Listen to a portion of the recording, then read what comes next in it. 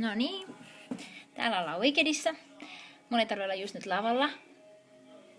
Niin kuulet, tuolla on tommonen kaiutin, mistä kuuluu, että missä ollaan menossa. Mulla on hetki aikaa täällä Place with Love-tarra.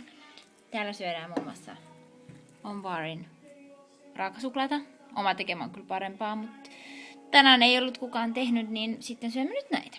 Sitten täällä on paljon rakkautta mun pelissä.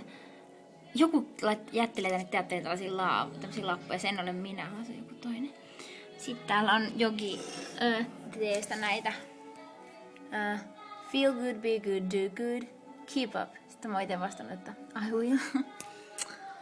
Be happy, Be happy so long a breath is in you. Miten toi tarkennakaan tuohon? Täällä on kaikki, me kerätään näitä. Muutkin tytöt kerää näitä ja sitten täällä on Olli Postin tuoma lähdevettä tietysti ja luomukokistakin on tullut juotua. Ei sokeria ole tossa. Erittäin hyvä. Sitten mä ostin just Laveran tämmöstä huulirasvaa. Kiva padelma. Joo, sit mä itse asiassa, kun on vähän ongelmaa, niin saada näitä teatterimeikkejä pois. Missä se nyt on? Hetkonen. Nyt katsotaas. Mitä? Ei mä nyt täällä. Hei, mitähän mä nyt kuvasin?